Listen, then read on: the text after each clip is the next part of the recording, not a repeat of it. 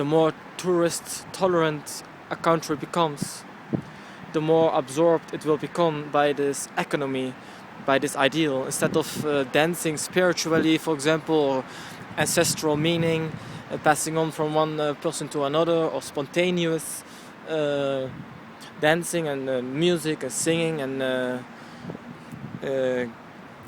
hosting guests, etc. It becomes all touristic. It becomes forced. It is artificial. Like Amsterdam, it's a city. It's less realistic than Disneyland, to say it like this. It is you sell symbols, you sell parts of history, you sell people with traditional costumes of 200 years ago, for example, but it has no meaning. It is just you buy this symbol, sell this symbol, and it has no meaning. It has no spirituality. It is detached from value. And I fear that if Georgia becomes more tourist-friendly, tolerant, it will become more absorbed by this kind of business, that the culture of selling cultures.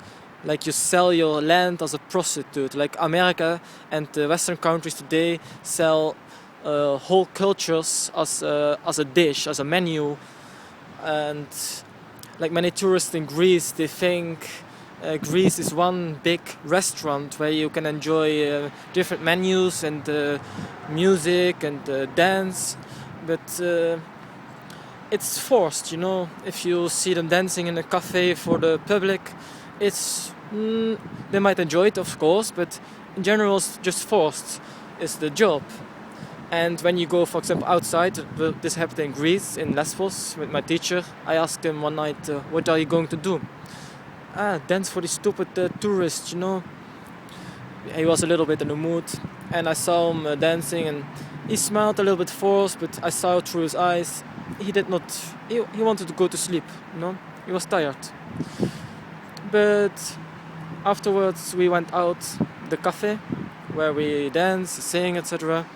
And without the tourists or with the live music, I mean, it is more fun with lesser people. Then it's actual true dancing. But we went out, and then people came from all sides of the corners, and the Greek people and some Dutch who were married to the Greek. And they gave us ouzo, and we were talking and laughing and had a good time. And then musicians came, street musicians, right on time, and we danced Zabe Kiko, and it was true dancing, you know, spontaneous. Everything was spontaneous. People came from corners of the street, and musicians came on time. It was good. That's a spiritual aspect. And once you get tourist friendly or tolerant, or any kind of tolerance, means absorption by another element. And this has to do with culture, religion, genes, ideals. And this is what I feel this will also happen to Georgia very soon, once they become tolerant. So instead of the average people, normal people and beautiful people dancing, the classes dances, different age groups dance, it becomes forced that only a select few may dance as a representation for the tourists. It becomes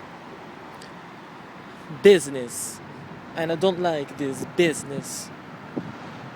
That we become the resources of the economy, and the economy, tourism is a part of the economy. It's a cultural element of America, as Americanization, globalization. That's all I want to tell. Too much tolerance for tourism is the destruction of actual traditions, the meaning, the value, the spirituality, the ancestral legacy.